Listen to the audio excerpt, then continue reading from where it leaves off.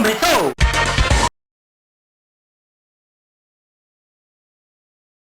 Muito bem, meus amigos, essa é a gravação de mais um encontro virtual na Escola Bíblica da Primeira Igreja Batista em Coração de Jesus, e hoje a gente vai falar sobre o estudo que você está vendo aí na tela. Lembrando que você pode baixar a revista Reflexões Bíblicas volume 5 que a gente está utilizando no link aí na descrição do vídeo. Tem um link aí também com um resumão dessa lição, então vamos lá!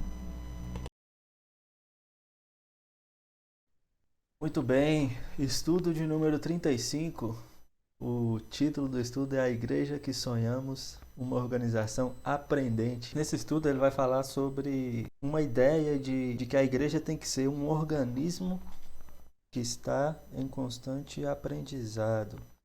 E para isso ele vai falar sobre algumas coisas que são, vamos dizer assim, coisas mais físicas, mais estáveis, mais rígidas, como dogmas, doutrinas, e ele vai tentar conciliar esses ensinos, essas afirmações mais rígidas, menos flexíveis, com essa ideia de que a igreja tem que estar em constante movimento, de acordo com o tempo em que ela vive, tem que estar aprendendo. E aí, logo na introdução, ele já vai mencionar essa questão de dogmas, de confissão de fé e de fundamentos.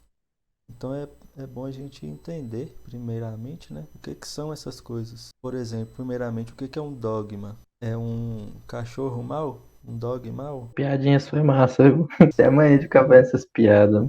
Essa foi digna da Praça é Nossa. Carlos Alberto até me ligou aqui e falou pra mim ir lá fazer um teste. Contratado.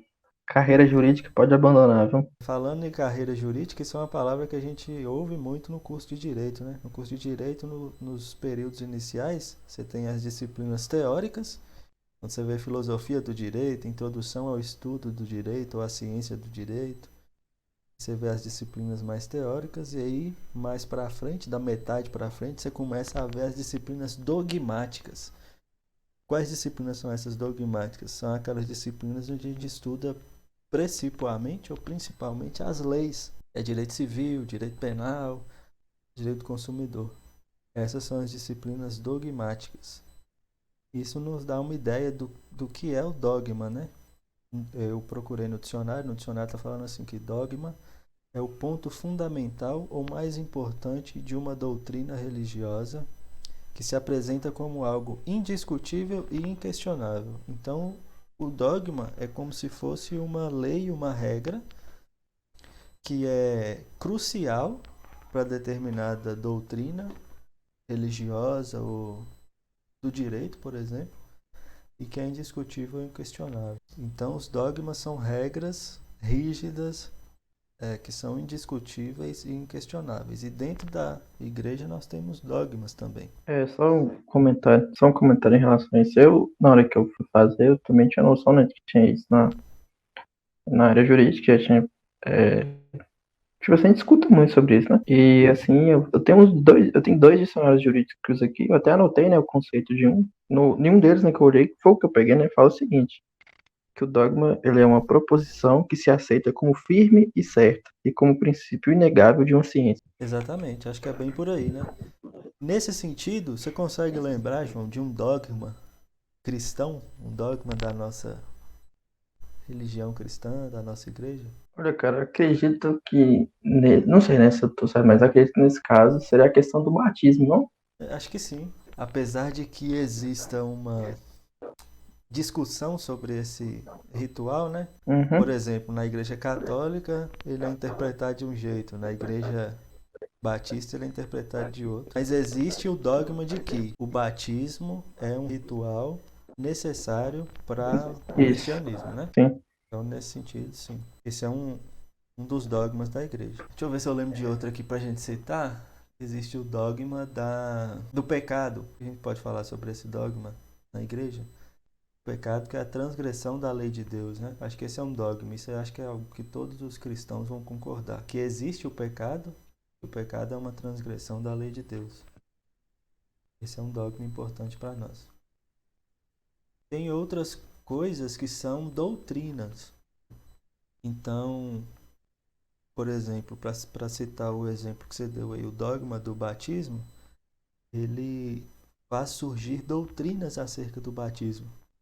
Então, na Igreja Batista, a gente tem uma doutrina do batismo que vai dizer que o batismo é por imersão. Na Igreja Presbiteriana, a gente tem uma outra doutrina a respeito do batismo, o dogma do batismo, que vai dizer que o batismo é por aspersão. E lá na Igreja Presbiteriana também, eles têm uma doutrina do batismo que é chamada de pedobatismo.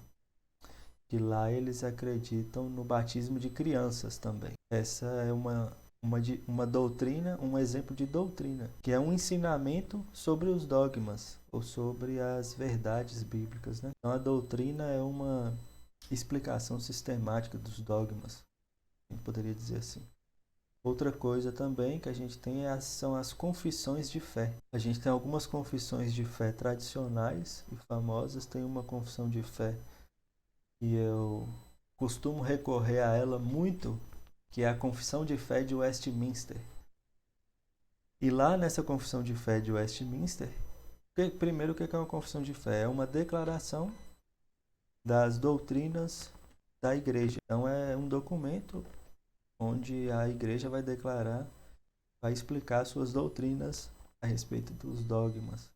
Então lá ela vai falar sobre o que ela acredita ser a verdade, vai explicar a verdade sobre o batismo, sobre o pecado, sobre a salvação, o que ela acredita a respeito desses pontos, desses dogmas. E lá na Confissão de Fé de Westminster, eles falam assim, sobre a autoridade das confissões de fé e das doutrinas. Vamos dizer assim que a confissão de fé e os catecismos contêm o sistema de doutrina ensinado na Escritura. A nossa Igreja Batista em Coração de Jesus, por exemplo, tem uma confissão de fé que está lá no nosso estatuto.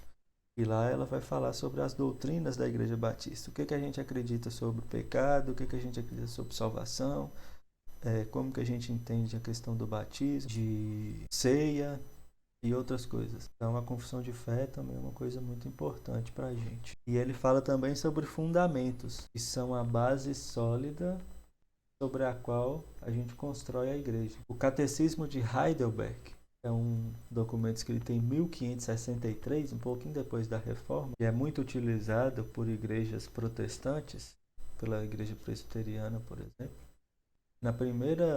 Primeiro tópico do catecismo, eles estabelecem um dos fundamentos da igreja cristã. O catecismo é um documento que consiste em perguntas e respostas. Então eles elaboram perguntas e respostas para explicar a doutrina. E aí a primeira pergunta do catecismo de Heidelberg diz assim: qual é o seu único fundamento na vida e na morte? E aí a resposta: o meu único fundamento é meu fiel Salvador Jesus Cristo. E aí tem uma referência bíblica que é 1 Coríntios 3:23 e Tito 2:14. Então a gente entende que a confissão de fé, as doutrinas e os catecismos contêm o sistema de doutrina ensinado na Escritura, e da Escritura deriva toda a autoridade das confissões de fé, dos catecismos, desses documentos. Só para tirar uma dúvida aqui, no caso, em relação à questão de fundamento, a Bíblia, tipo, a palavra em si, seria um fundamento, não? A gente tem um jargão na igreja que é assim: a Bíblia é a nossa única regra de fé e prática. Você já ouviu isso, né? Uhum. Então, isso significa que a Bíblia é o fundamento para a gente estabelecer como a gente vai viver, né? Sim, sim. Que é basicamente, não é tipo, entre aspas, né, fonte, então, de que você está tirando determinados princípios, entendeu? Uhum. Aí, por isso que você falando de fundamento, eu lembro muito disso. Até, por exemplo, você associa muito, você pensa, o que é fundamento? Eu lembro muito quando eu estou fazendo atividade da faculdade, que às vezes a professora de constitucional fala, não sei o que é fundamento ou resposta. Quer pegar onde que tá, qual artigo que tá falando sobre aquele assunto. Então, tipo assim, deduzir que seria no aspecto, tipo assim, você tá falando sobre essa questão, a Bíblia em si, de onde que você tá tirando aqui, entendeu? Pra validar, no caso, sabe? E é exatamente isso. Só que aí a gente tem questões como, por exemplo, a Bíblia é o nosso fundamento, a nossa regra de fé e prática. E aí eu recomendo a leitura lá da Confissão de Fé de Westminster. Você pode achar aí de graça na internet, está disponível. Só pesquisar lá no Google, Confissão de Fé de Westminster. Lá na Confissão de Fé de Westminster, eles vão falar justamente isso que você falou, que a Bíblia é o fundamento e a autoridade para os cristãos, e que a confissão de fé está subordinada a essa autoridade do fundamento que é a Bíblia. Por quê? Porque elas vão meio que explicar de forma mais prática e de forma mais detalhada os princípios escritos nas Escrituras. Então, por exemplo, eu digo que Jesus Sim. Cristo, a Bíblia diz que Jesus Cristo é o único Salvador, a única pessoa que pode salvar o homem do pecado. As confissões de fé vão sistematizar o que é o pecado, elas vão explicar por que todo homem é pecador. Nas confissões de fé e nos catecismos, a gente encontra, por exemplo, a doutrina da depravação total, que é uma doutrina que explica por que todo homem já nasce um pecador e por que todo homem nasce rebelde, para que a partir dessa doutrina da depravação total, o homem entenda a sua condição de rebeldia e de perdição e entenda por que ele precisa da salvação de Cristo, como que Cristo efetuou essa salvação na cruz. Sim. Então essas confissões de fé, esses dogmas e essas doutrinas são, acho que a gente pode dizer que são meio que explicações das verdades bíblicas. Tipo assim, cara, só uma questão você fala, isso é pecado, não é? Tipo assim, você pode ter certeza que às vezes não é falar determinada palavra, você falou aí, tipo maconha, por exemplo. Uhum. Mas dependendo, você fala, o tema tal. Fazer isso aqui é certo ou errado? É pecado ou não? Só que por você ter conhecimento de outras coisas, você pode fazer uma analogia, você pode ter, às vezes, uma comparação, uma associação em relação a isso. Tipo assim, vício. Todo vício que seja é ruim. Então, tipo assim, eu tô com vício em determinada coisa. É errado, é certo. Entendeu? Tipo assim, você consegue deduzir. Às vezes o pessoal quer inventar demais, cara. Tipo, usar determinada ferramenta é pecado. Cortar, sei lá, utilizar um cortador de limão, sei lá, é pecado. E a pessoa vai, tipo, é um negócio tão bobo que não tem como ter tudo isso, entendeu? Então, tipo assim, a pessoa, se ler, ela vai ter noção de algumas coisas e vai conseguir associar, vai conseguir extrair, entendeu? Se ela souber o que é um pecado, ela vai saber se isso é certo ou não é, entendeu? Tem até um negócio que o pessoal fala, cara, que eu não lembro, tipo assim, aquele negócio, tudo, como é que é? Tudo que é lícito, eu não lembro, alguma coisa que eles falam assim, nem Tudo me é tudo que é lícito. lícito, mas nem tudo me convém. Isso. Acho que a partir do momento que a pessoa tem conhecimento do que é pecado, do que são as suas consequências, tudo, mas ela consegue distinguir, entendeu? Entre o que é certo ou errado. Ela já tem uma noção. Às vezes, tipo assim, você não tem uma certeza, mas é bom evitar, entendeu? E as doutrinas e os dogmas da igreja é que vão nos ajudar a entender essas coisas. E aí é por isso que a gente tem que ter muito cuidado e prestar muita atenção nas doutrinas que a gente aprende e nos dogmas que a gente aprende, para saber se esses dogmas e doutrinas estão realmente de acordo com a Escritura. Isso é um negócio que Jesus chamou a atenção quando ele viveu aqui na Terra, porque na época de Jesus já existia a lei, o Antigo Testamento, os 5 primeiros livros do Antigo Testamento, a lei de Moisés, e existiam doutrinas que eram o quê? As interpretações dos rabinos, dos mestres da lei, dos escribas e dos fariseus. E os mestres da lei estavam ensinando doutrinas erradas sobre a Escritura. E Jesus vem e alerta o povo para isso. No Sermão do Monte, isso é um negócio que ele faz muito: criticar a doutrina que estava sendo ensinada e ensinar uma doutrina certa. No ponto onde ele fala sobre o adultério, por exemplo, existia na época uma doutrina dos mestres da lei, dos fariseus, que dizia que se não houvesse penetração, não havia adultério.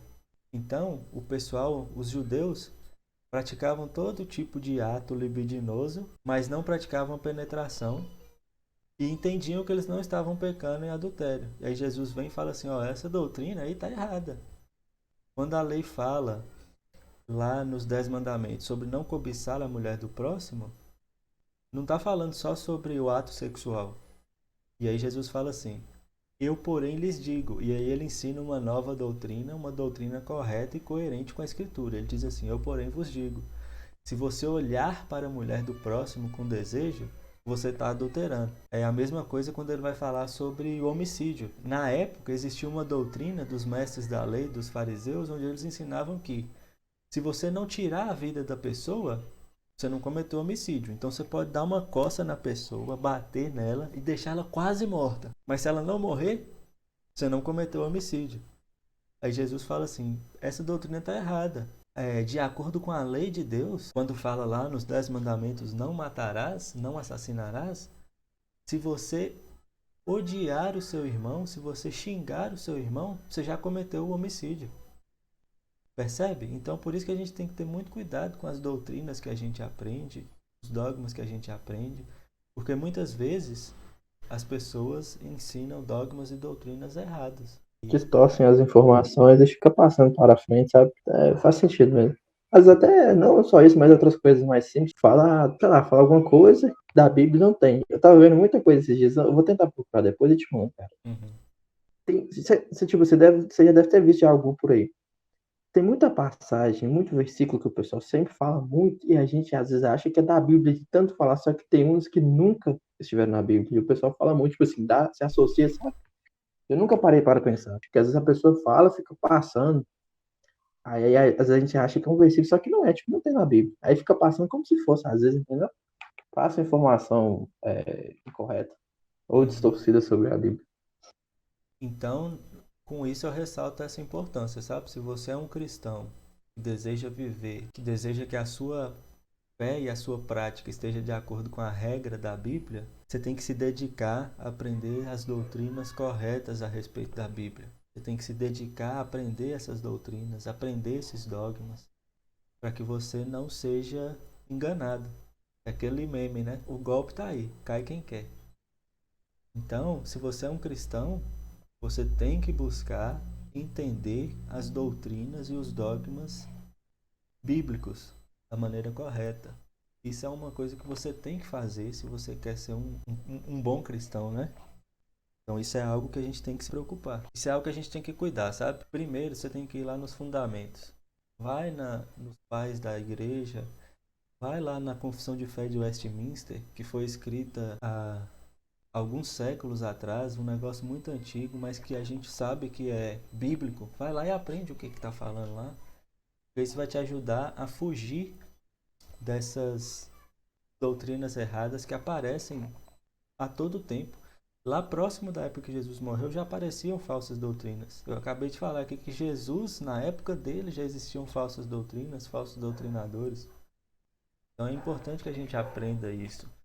Como Paulo nos adverte lá em Colossenses 2, dos versículos 7 a 8. Paulo fala assim: continuem enraizados e edificados em Cristo Jesus, firmados na fé, como foram ensinados, transbordando de gratidão.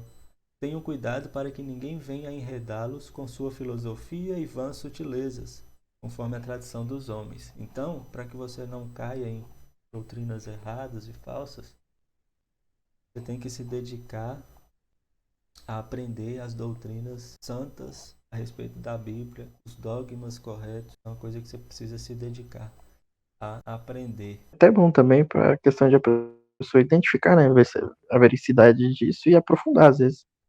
Você tem uma determinada informação. Aí a pessoa te fala, e você acha que aquilo é certo, só que você pensa, vou olhar, onde que tá? É o fundamento, aí você procura, aí você encontra. Ah, beleza. Aí você acha, você vai, estuda mais a fundo a respeito, aí você entende, consegue identificar se isso não é uma coisa, não é uma informação falsa, de uma doutrina que está errada, né, de um doutrinador incorreto, ou de uma doutrina correta, de um doutrinador certo, entendeu? É bom pesquisar mesmo para eliminar qualquer questão e é até bom também para corrigir, né? Porque, tipo assim, se você adquirir uma informação, você passa ela para outra pessoa, como você às vezes tem uma referência, vamos supor, todo mundo ali, assim, eu deduzo que quase todo mundo ali na igreja tem tipo assim, você tem uma referência boa de entender muito, sabe? Sobre a questão da Bíblia. Tipo assim, para nós jovens, né? Se a gente perguntar alguma coisa, eu tenho certeza que boa parte das coisas você vai saber.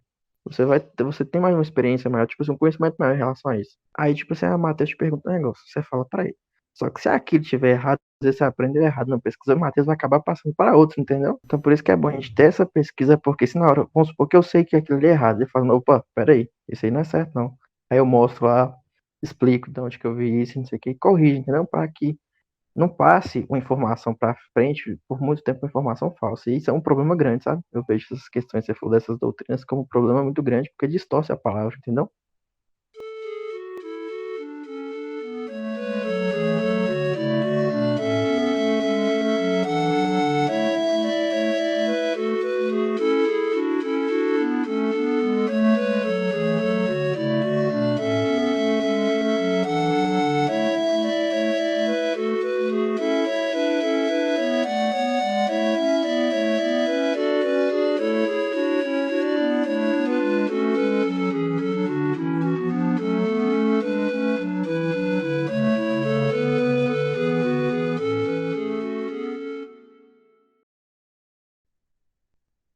Aí no tópico 1 ele vai falar sobre uma coisa muito importante que é o amor. E ele diz que a igreja deve aprender que o amor é o que há de mais importante.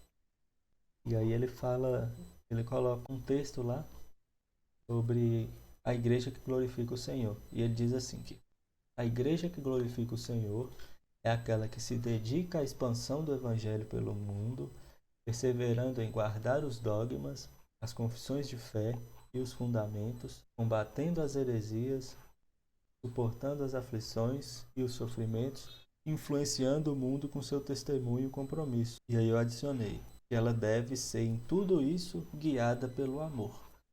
O amor é o elo perfeito que conecta todas essas outras coisas. Então, realmente, a igreja que glorifica o Senhor, ela tem que se dedicar à expansão do evangelho. Ela tem que guardar os dogmas e as confissões de fé. Ela tem que combater as heresias, tem que suportar as aflições e os sofrimentos, ajudando uns aos outros, e tem que influenciar o mundo com o seu próprio testemunho de sofrimento pela causa de Cristo. Mas tudo isso tem que ser feito por meio do amor a Deus. Porque todas essas boas Sim, obras não valem nada se não forem praticadas por amor a Deus. É o que está lá em 1 Coríntios 13:3. e também até só para complementar na lição mesmo, a gente vê falando que caso as igrejas não façam isso, elas vão acabar. Elas vão, por algum motivo, ter algum problema e vão acabar. Por não estar cumprindo com o papel, tipo assim, ficar travada, sabe, no tempo. Ficar na mesmice, não evoluir, não transmitir a palavra, sabe? Não se preocupar com a questão dos membros. Então, assim, cara, acho que eu vejo isso muito como um problema hoje, sabe? Essa questão da igreja. Porque, por exemplo, em ser muito difícil você, por exemplo, igual a doutrina. Tem doutrina que tá lá, tá ensinando o que é correto. E tem outras doutrinas que não. E isso influencia, querendo ou não, a questão que eu acho que essa chave, assim, é a questão do pastor, porque eu já vi muito pastor, cara, que tem opinião diferente sobre o mesmo assunto, sabe? Muito diferente mesmo, tipo assim, um fala, não pode, outro fala, pode. Aí você fica, como assim pode, entendeu? E isso eu vejo às vezes como um problema em relação às igrejas, porque se você fica em uma que tem uma informação falando que, vamos supor, informação negativa, fala que não é. Você cresce com isso. Aí você fica nesse negócio, aí não evolui, a igreja não evolui, fica nesse problema. Às vezes a pessoa troca, vai pra outra igreja e fala, poxa, mas o pastor daquela igreja falou que não era, que fala que é, entendeu? Então, assim, eu acho que é fundamental para que a igreja possa realmente evoluir, cumprir com todos esses processos, as questões dos dogmas, dos princípios e tudo, mas que também seja pautado muito na questão de fundamento, mas que possa ser baseado no que existe mesmo, sabe? Na palavra, não é no entendimento do que o pastor acha ou deixa de achar o que está na palavra. E não pegar também a questão de doutrina errada, sabe? É muito grave. Mas é sério, eu já vi muitos vídeos no Instagram de pastores com. É o mesmo tema, a mesma temática, e os caras com opinião diferente. Tipo, uai. Aí eles usam, tipo assim, princípio, tipo, usam, tipo, se fundamenta na Bíblia, sabe? Assim, ah, tal versículo diz isso, e o fundamento é qual a opinião dele. Aí você fica meio assim. É por isso que a gente tem que se dedicar a estudar doutrinas que já estão na igreja há um tempo, que já foram reconhecidas como verdadeiras mediante o testemunho de várias pessoas ao longo do tempo. Como, por exemplo, as doutrinas da graça, né? São as 5 doutrinas.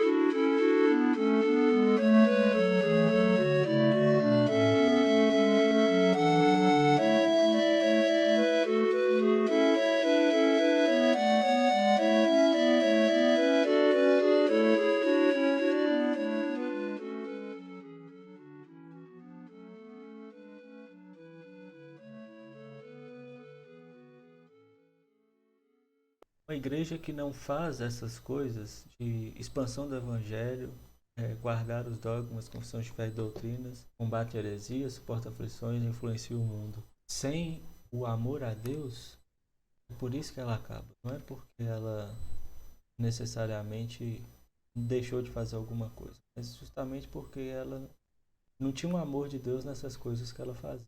E se não tinha um amor de Deus nessas coisas, é porque realmente não era uma igreja de Deus. E aí ela vai acabar mesmo. 1 Coríntios 13, do 1 ao 3, deixa isso bem claro. Paulo fala assim: Ainda que eu fale as línguas dos homens e dos anjos, se não tiver amor, serei como o bronze que soa ou como o símbolo que retine. Ou seja, eu faço o que eu tenho que fazer, boas obras, mas eu sou só um instrumento. Assim, no sentido de que aquilo não produz nenhum benefício espiritual para mim ou para as pessoas que escutam esse retinir do sino. Versículo 2: Ainda que eu tenha o dom de profetizar e conheça todos os mistérios e toda a ciência, ainda que eu tenha tamanha fé a ponto de transportar montes, se não tiver amor, nada serei. 3. Ainda que eu distribua todos os meus bens entre os pobres, e ainda que entregue o meu próprio corpo para ser queimado, se não tiver amor, isso de nada me adiantará. John MacArthur, no comentário bíblico dele, quando ele vai comentar esse texto de 1 Coríntios 13, ele fala assim, que nenhuma boa obra produz qualquer benefício espiritual se não for feita por amor ao corpo de Cristo. E ele fala também que o amor é uma característica do crente maduro. Esse versículo 3 é muito forte assim. Ele fala que, ainda que eu distribua todos os meus bens entre os pobres e entregue o meu próprio corpo para ser queimado, se não tiver amor, não valeu nada. São boas obras. Doar os seus bens, vender os seus bens e doar o dinheiro aos pobres. Ser queimado por causa de Cristo. São boas obras, excelentes obras. Vários cristãos da antiguidade morreram assim. Mas se eles fizeram essas coisas por outro motivo que não fosse o amor ao corpo de Cristo, o amor a Deus, não valeu de nada. E uma coisa que a gente já viu é que esse amor que deve estar por trás dessas boas obras é um dom dado por Deus, como o próprio Paulo vai falar nessa primeira carta aos Coríntios, no capítulo 4, versículos 6 ao 7.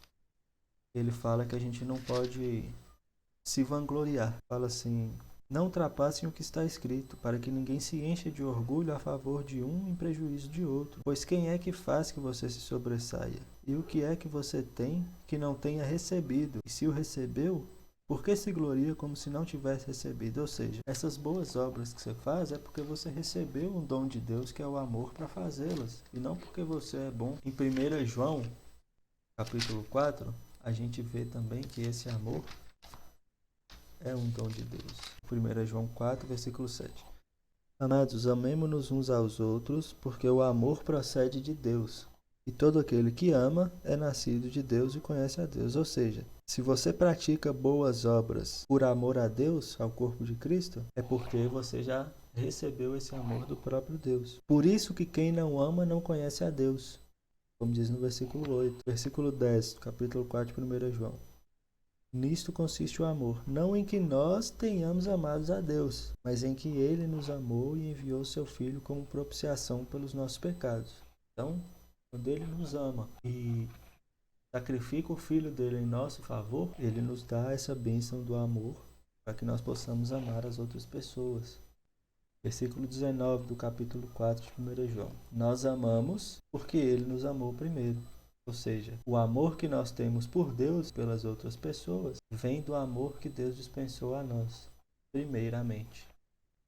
Ou seja, somente quando Deus nos ama, que nós somos capacitados a amar nesses moldes de 1 Coríntios 13. E para mim fica mais claro que esse amor é uma dádiva de Deus, sabe? É um negócio que Deus dá pra gente, pelo seguinte, cara. Se você for olhar quando Paulo está falando sobre o amor lá em 1 Coríntios, olha só, presta atenção nisso aqui. E veja se você consegue fazer um negócio desse aqui. O amor é paciente e bondoso. O amor não arde em ciúmes, não se envaidece, não é orgulhoso, não se conduz de forma inconveniente, não busca os seus interesses, não se irrita, não se ressente do mal, não se alegra com a injustiça, mas se alegra com a verdade. O amor tudo sofre, tudo crê, tudo espera, tudo suporta. E aí eu parei para pensar, se eu já consegui praticar esse amor nesses moldes aqui, sabe? Nesses parâmetros aqui. E aí eu fui avaliar um amor que é muito básico e que eu acho que quase todo mundo tem, que é o amor pela mãe. Certo? Eu acho que todo filho ama a mãe. Então eu fui olhar o meu amor por minha mãe. O amor que eu tenho por mamãe, cara, não cumpriu todos esses requisitos aqui, sabe? O amor é paciente e bondoso. Quantas vezes eu gritei com mamãe, cara? Ou então fiquei nervoso com ela? O amor tudo sofre.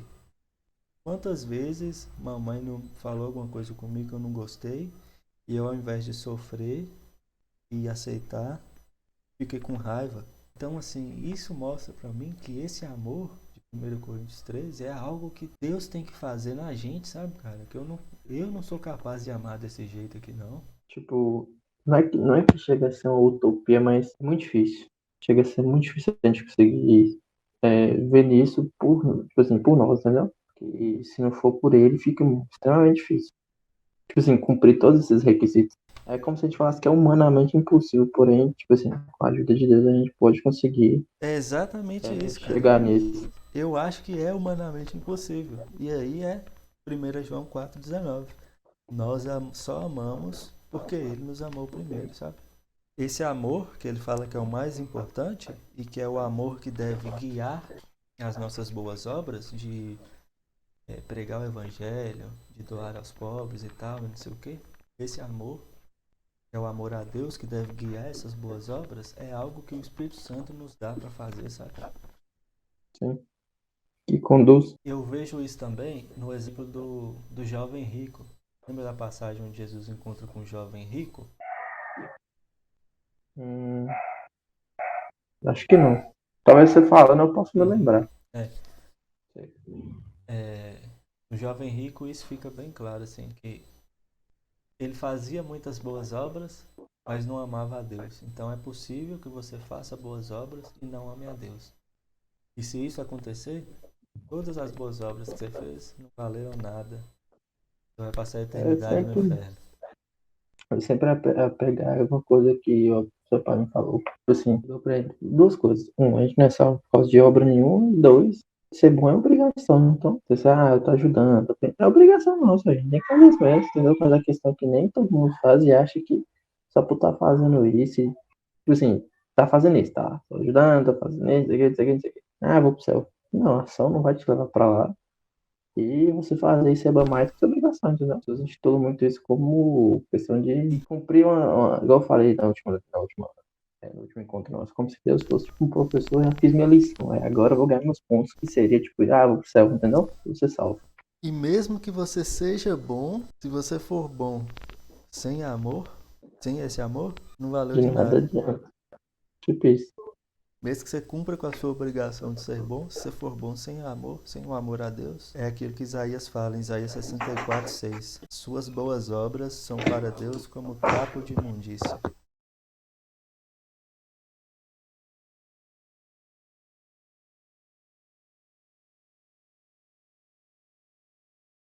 E aí ele coloca no segundo tópico aí um segundo ponto importante, depois do amor, que é a fidelidade como elemento essencial na caminhada cristã. Ele vai usando nesses tópicos os exemplos das igrejas lá de Apocalipse, né? E aí ele fala que com as igrejas de Esmirna e Filadélfia, a gente aprende 5 coisas que eu acho que são bem parecidas com as 5 solas. São 5 doutrinas da Reforma protestante, que é sola gratia, solus Christus, sola fide, sola Scriptura e sola Deo Gloria. As cartas a essas igrejas estão lá em Apocalipse 2, do 8 ao 11 e 3, do 7 ao 13. Ele fala que a gente aprende que Jesus é o parâmetro pelo qual todos serão julgados, ou seja, somente seremos salvos pela graça, sola gratia. Trazendo aquilo que você acabou de falar. Se você for bom, se você fizer boas obras e for uma pessoa boa, isso ainda não vai te salvar. Porque não vai ter o amor a Deus envolvido e o padrão pelo qual você vai ser julgado é Cristo. E amou a Deus e cumpriu a vontade dele, amando a Deus em tudo que fez. Então, somente pela graça, sola gratia, nós podemos ser salvos. Está lá em Colossenses 1, 21 e 22. Vocês eram inimigos de Deus, de acordo com o mau procedimento de vocês, mas foram reconciliados com Cristo com Deus por meio do sangue de Cristo, para serem apresentados diante dele como santos inculpáveis. Ele fala que a gente aprende também que somente em Jesus há salvação, solos Christus, que é aquilo que fala em Atos 4:12, não há nenhum outro nome debaixo do céu pelo qual possamos ser salvos, ou seja, somente Cristo. pode salvar. Ele fala que a gente aprende também com essas igrejas que Jesus é o único consolo para o sofrimento nesse mundo, e eu poderia relacionar com essa afirmação a sola fide, somente a fé. Porque, como diz lá em Hebreus 4, do 15 ao 16, quando está falando sobre o consolo que Jesus é, fala assim, que nós não temos um sumo sacerdote que não possa se compadecer das nossas fraquezas. Pelo contrário, ele foi tentado em todas as coisas à nossa semelhança, mas sem pecado. Ou seja, Cristo é o nosso consolo no sofrimento. Aí fala no versículo 16: Por isso, aproximemo-nos do trono da graça com fé, a fim de recebermos misericórdia e encontrarmos graça para ajuda em momento oportuno. Então, somente pela fé nós podemos ser salvos, e somente pela fé nós podemos ter consolo no sofrimento. E ele fala também que outra coisa que a gente aprende é que Jesus estabelece que a riqueza da igreja não é material, mas um compromisso de fidelidade e amor a Deus. E isso a gente pode relacionar também com a doutrina do sola escritura. Peraí, não tem nada a ver. Tem por quê? Se a nossa riqueza não é material, mas é um compromisso de fidelidade e amor a Deus, esse compromisso de fidelidade e amor a Deus é conquistado, construído e cresce mediante aquilo que nós vemos e aprendemos na Escritura. É aquilo que o próprio Jesus fala em João 14, versículo 21. Sobre essa questão material, é também justamente que fala o tópico 4, né? Que é o mais importante. As pessoas acham mais importante ter do que ser. Aí fala sobre essa questão material, tipo assim, a sociedade materialista. Uhum. Jesus vai falar assim que quem me ama, em João 14, 21, aquele que me ama guarda os meus mandamentos. Então, você demonstra um compromisso de fidelidade e de amor a Cristo, guardando os mandamentos dele. Ou, se você ama a Cristo, você necessariamente guarda os mandamentos dele. E onde é que a gente aprende sobre os mandamentos dele? Somente na Escritura. E ele fala também que Jesus é o Senhor e controla tudo. O controle de tudo está nas mãos de Deus. Então, só lhe deu glória. Glória somente a Deus. O que diz em Filipenses 2, 10 ao 11.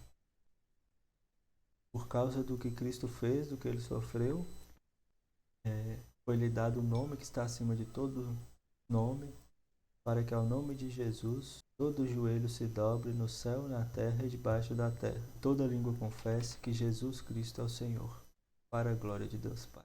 E aí eu percebo que o caminho para essa fidelidade é o amor a Deus, sabe?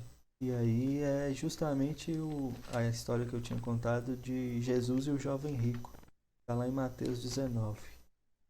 Mateus 19, dos versículos 16 ao 22. Jesus está conversando com um jovem rico que chega para ele e pergunta assim: Mestre, o que eu farei de bom para alcançar a vida eterna? Jesus já dá uma resposta.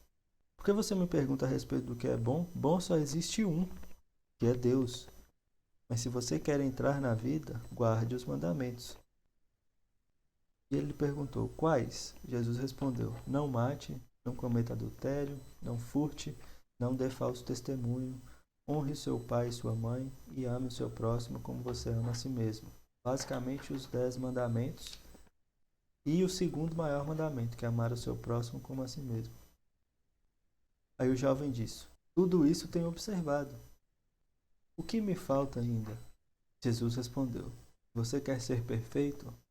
Vá, venda os seus bens, dê o dinheiro aos pobres, e você terá um tesouro nos céus. Depois venha e siga-me. Mas o jovem, ouvindo essa palavra, retirou-se triste porque era dono de muitas propriedades. Ou seja, ele obedecia todos os mandamentos. Jesus fala para ele. Ele amava o próximo como a si mesmo, segundo ele, né? Mas não obedecia o primeiro e maior mandamento, que é amar a Deus acima de todas as coisas. Então, você pode ter uma vida de boas obras. Pode ser uma pessoa boa. Se você não amar a Deus acima de todas as coisas, as suas boas obras, ser uma pessoa boa, não vai adiantar nada. Isso que eu entendo nessa conversa aqui, sabe? Porque ele fala para ele ir vender tudo e seguir Jesus. Porque isso demonstraria que todas essas boas obras que ele fazia, esse cumprimento dos mandamentos, era porque ele amava a Deus. Então, se Deus mandar ele abrir mão de tudo e segui-lo, ele vai segui-lo. Também até pra demonstrar também uma questão de lealdade, fidelidade, sabe? Tipo assim, o carinha fazia tudo.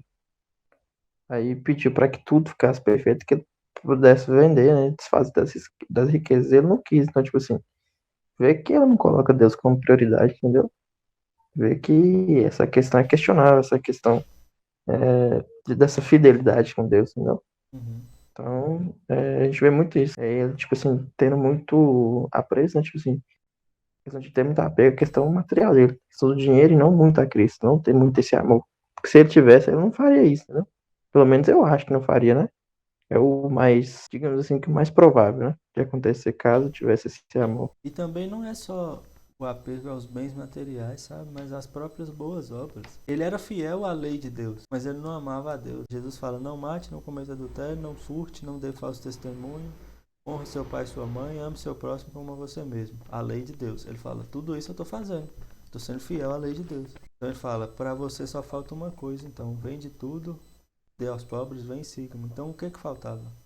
Amar a Deus. Sim. É tipo daquele cara que quer ser salvo pelas obras, entendeu? Que na cabeça dele ele acha que ele vai ser salvo pelas obras dele pelo que ele tem feito, sabe? Tipo, é mais.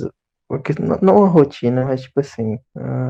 Sei lá, o cara seguia a lei, seguia lá o que estava escrito, mas o essencial, o principal, ele não tinha, entendeu? Era mais pro padrão mesmo, só pra fazer. Aí ele queria chegar nesse objetivo só por fazer o óbvio, que é obrigatório, entendeu? E aí por isso que eu acho que essa fidelidade que ele está falando aí só é possível mediante o amor de Deus, essa fidelidade verdadeira, sabe? O caminho para essa fidelidade verdadeira não é uma vida mais controlada e mais regrada. Não é arrumar ferramentas para que você não peque mais ou não caia mais em tentações. Isso é muito importante, pode fazer também, mas o caminho é o amor a Deus. O caminho para uma fidelidade verdadeira é o amor a Deus. É verdade. E aí no tópico 3 ele vai falar sobre algumas técnicas que acontecem para fazer com que a igreja se desvie e caia, né? Meio que dá um alerta aí sobre algumas coisas que a gente tem que observar. As 3 coisas que ele falou que eu percebi são, primeiro, a perseguição dos membros da igreja. Sim, sim. E é o que você falou, né? A perseguição. E ele fala uma coisa interessante, que essa perseguição pode ocorrer por meio de tentações, que ele chama de ciladas, né? Colocadas no caminho dos cristãos. Parando para pensar um pouco assim, eu acho que pode ser verdade. No sentido de que a cultura pagã nos persegue para nos fazer desviar, entendeu? Sim. Isso é uma forma de perseguição também. E suavizar, né? Tipo assim, isso não é errado, não. Suavizar o pecado. Fazer sua cabeça achar que aquilo ali não vai te condenar, tipo, você se acostumar com aquilo, tipo, você saber que tá errando, mas faz, não vai dar nada, não. Tipo, mudar a sua mentalidade em relação a isso, sabe? Eu acho que essa é assim uma forma de perseguição, porque qual que é o objetivo da perseguição? Aquela perseguição que a gente via lá na antiguidade, nos primeiros cristãos. Era acabar com a igreja, né? E esse Sim. tipo de estratégia, de colocar tentações e ciladas para que a gente caia, tem também o objetivo de nos afastar da fé. E a consequência Sim. também é acabar com a igreja, né? E, de certo modo, é a maneira mais fácil de afastar uma pessoa é fazer ela cair em tentação. Porque cada vez mais ela vai se afundando nisso, ela vai se desinteressando pela palavra, vai se afastando, vai vivendo mais Aí das entra no tentações em si. declínio, né? Sim. Isso é tipo assim, se for analisar nesse sentido de querer afastar, essa estratégia é excelente para fazer isso, não? De querer tirar a pessoa do caminho, sabe? É uma forma de perseguição, sim, e acho que a gente devia prestar mais atenção nisso, né? Porque realmente, você falou, é bem eficaz. A segunda forma que eu encontrei é o espírito de rebeldia, que ele chama de espírito de Jezabel. Sim, lá no final ele fala isso mesmo. É a rebeldia contra a lei de Deus e contra os profetas, os líderes e pastores de Deus. A história de Jezabel está lá em 1 Reis 21 e 22, é a seguinte: Jezabel era esposa do rei de Israel E aí o rei de Israel queria comprar uma terra, e aí ele foi lá no cara para comprar a terra, o cara não quis vender para ele, porque a terra era uma herança. Aí o rei fica muito triste, chateado, vai conversar com a esposa dele, e a esposa dele ignora a lei de Deus, ignora os profetas e vai e manda matar o cara. E manda matar o cara assim. Ela manda carta para os líderes lá, vizinhos do cara. Fala para que eles peguem esse cara que não queria vender a terra, coloquem na frente da cidade e arrumem duas falsas testemunhas para testemunhar contra o cara, falando que ele tinha blasfemado contra Deus, para que ele fosse apedrejado e morto. E a lei de Deus, lá nos 10 mandamentos, fala: não usarás de falso testemunho contra o seu irmão.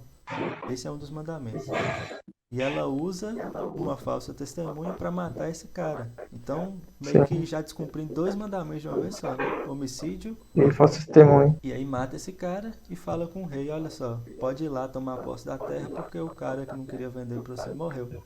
E o rei vai lá e toma posse da terra. Então, demonstra um espírito de rebeldia contra a lei de Deus. Sim. E de egoísmo, né? Que foi descumprir a lei de Deus por um benefício pessoal e particular. E aí depois disso o profeta Elias vai lá e fala com o rei, condena ele pelo que ele fez, e aí ele acaba perseguindo os profetas. Então assim, isso demonstra um espírito de rebeldia contra a lei de Deus, contra os líderes de Deus também. A gente vê muito hoje isso também, a questão da pessoa transgredindo a lei de Deus. Tipo assim, você fala, eu falo principalmente de jovem, sabe? Você fala um negócio, aí discorda, vai lá e faz o contrário, tá errando, sabendo. E às vezes ainda fica questionando, não tem nada não sei o que, eu quero saber não. Aí vai lá, continua fazendo, continua transgredindo e dá nisso, sabe?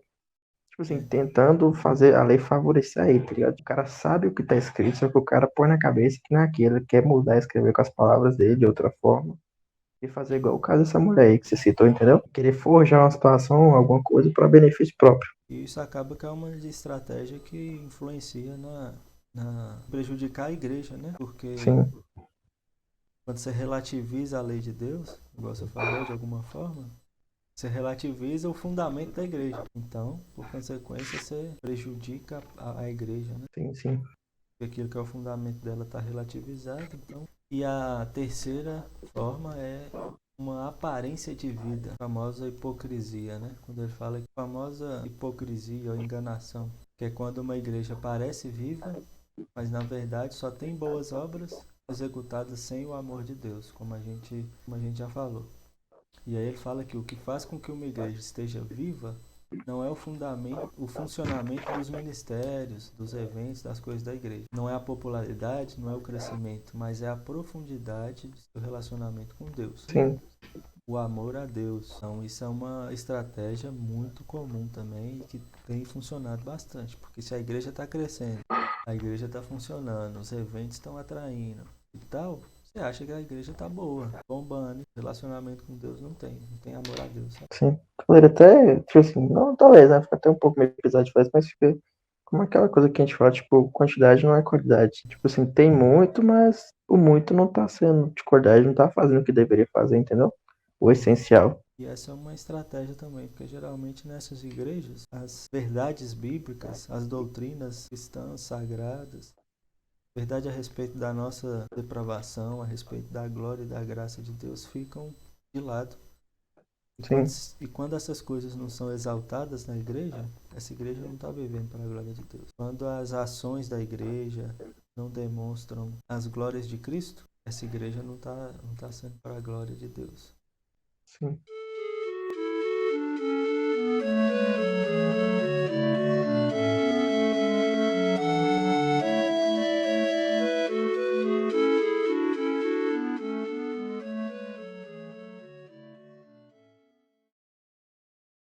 E aí no último tópico ele vai falar o título, né? Que é mais importante ter do que ser.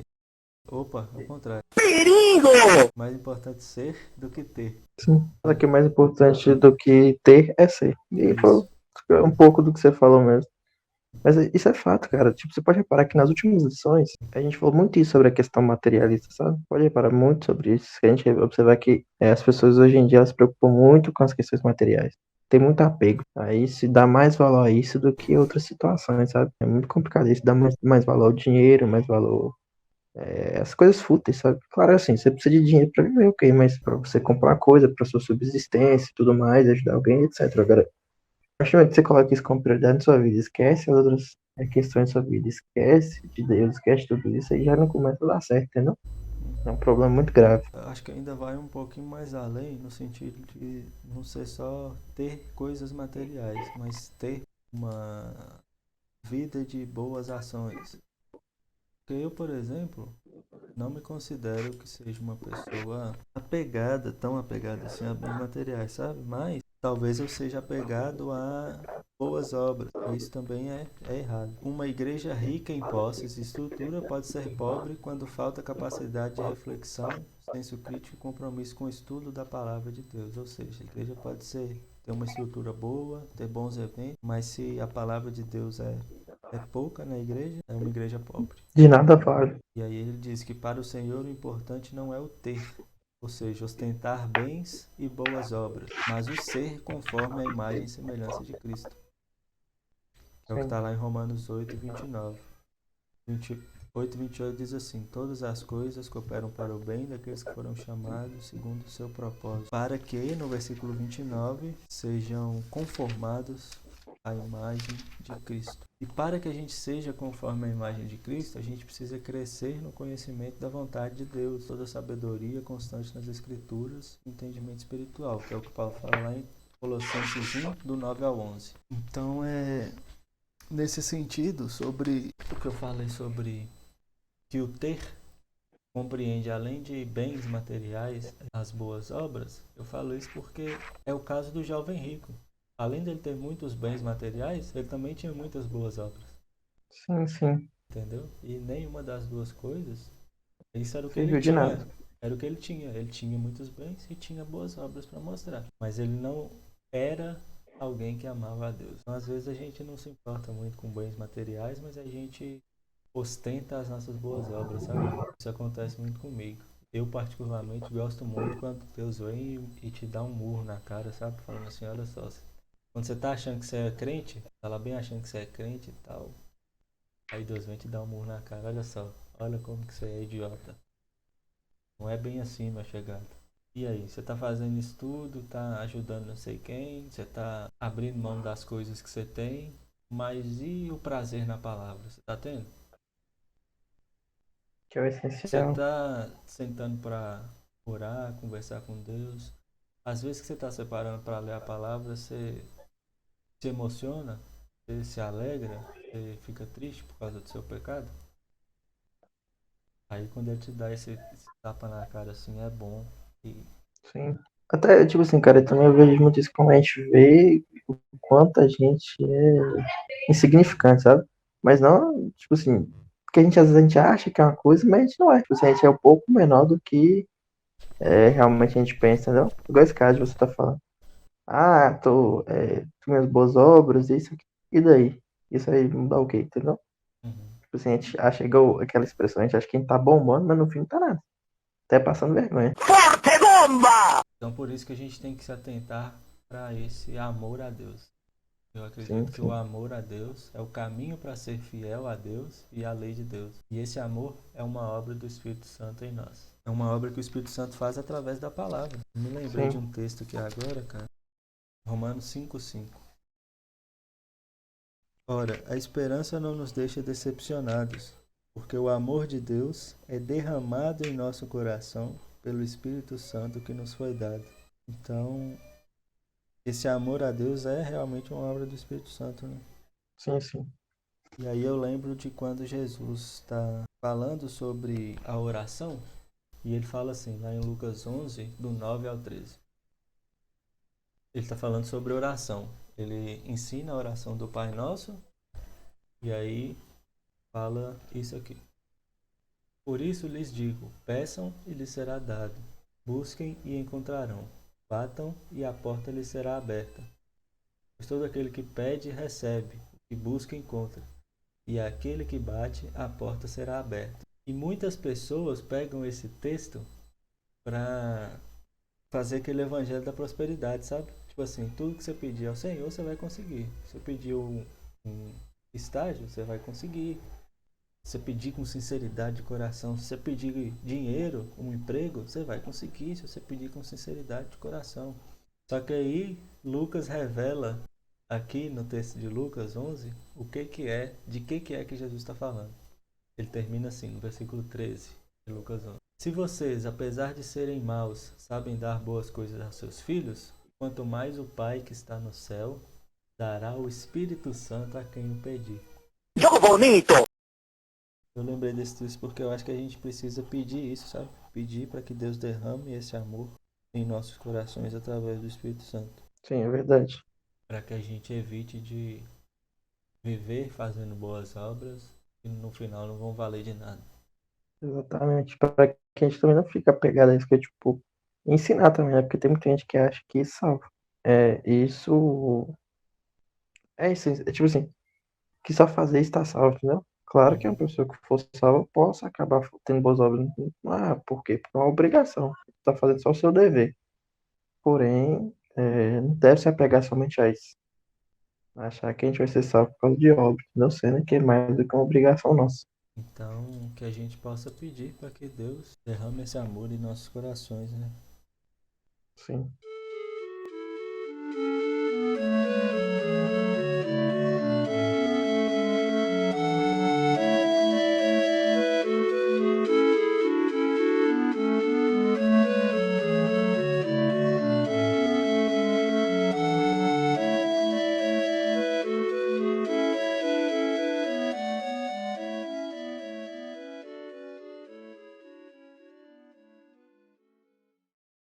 É isso.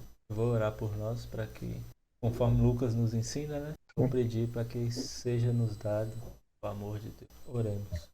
Senhor, meu Deus, eterno Pai, muito obrigado por mais esse dia, obrigado por esse momento que o Senhor nos permitiu ter juntos para estudar a Tua Palavra, para rever algumas verdades que são importantes para nós e que vão determinar o modo como vivemos. Obrigado, Senhor, porque o Senhor tem cuidado de nós e tem nos dado oportunidade, material, tem nos dado os nossos irmãos, para que a gente possa aprender mais sobre o Senhor, para que nós possamos glorificar o Teu nome enquanto vivemos aqui. Em nome de Jesus. Diante de tudo que nós vimos aqui hoje, nós percebemos que nada do que nós fizermos será útil e valerá alguma coisa para nós ou para o Senhor, não for mediante o amor a Ti. Como Jesus disse, o maior mandamento pelo qual nós devemos viver é amar a Deus sobre todas as coisas, de toda a nossa alma, de toda a nossa força e de todo o nosso entendimento. E qualquer obra que a gente faça sem esse amor a Deus é inútil, Senhor.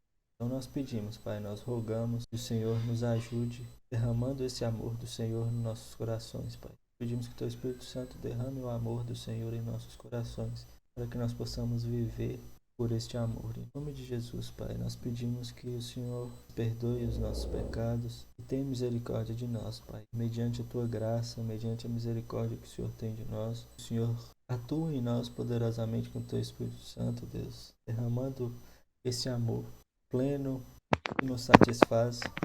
Senhor, derrama esse amor em nossos corações através do Teu Santo Espírito, Pai, porque nós sabemos que vivendo com esse amor em nossos corações, a nossa vida fará sentido, nossa vida será alegre, apesar dos sofrimentos, e a nossa vida será útil nas mãos do Senhor. Em nome de Jesus, Pai, nós pedimos por nós, por nossos irmãos que não estão conosco hoje. Em nome de Jesus, nós oramos, agradecidos, crentes que o Senhor nos ouve e nos responderá. Nós oramos em nome de Jesus. Amém. Amém.